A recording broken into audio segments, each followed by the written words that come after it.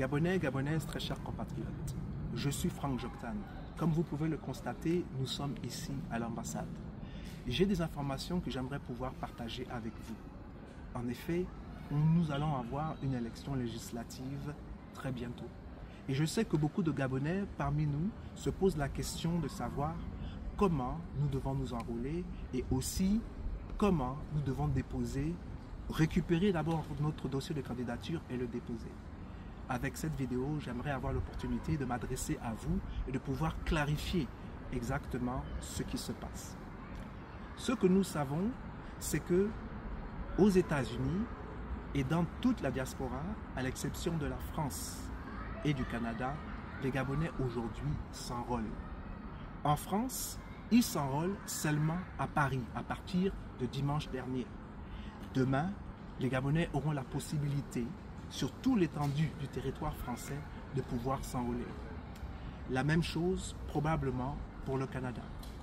Il est intéressant aussi de savoir que les bureaux de vote qu'on a utilisés en 2025 pour les présidentielles seront aussi les mêmes bureaux de vote qu'on va utiliser pour les élections législatives. Mais il y a quand même certaines choses que j'aimerais pouvoir soulever.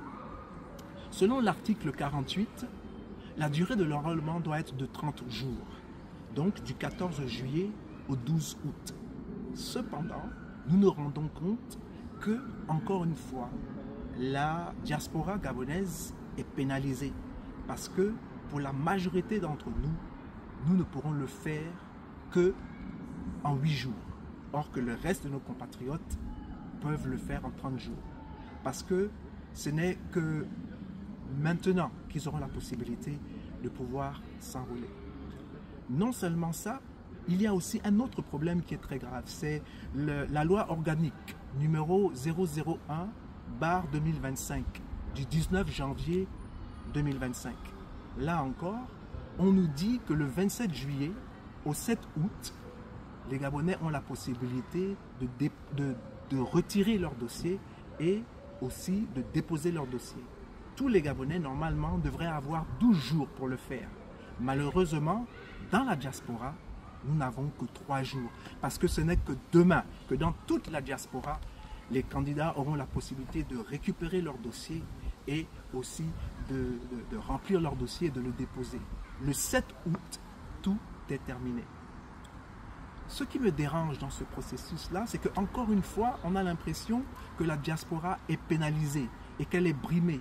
Or que nous avons dit que nous voulons une diaspora qui soit dynamique, qui ne soit pas spectateur, mais plutôt acteur de la vie de son pays. Je voudrais donc encourager mes compatriotes à ne pas se décourager et à aller massivement pour vous enrôler à partir de demain.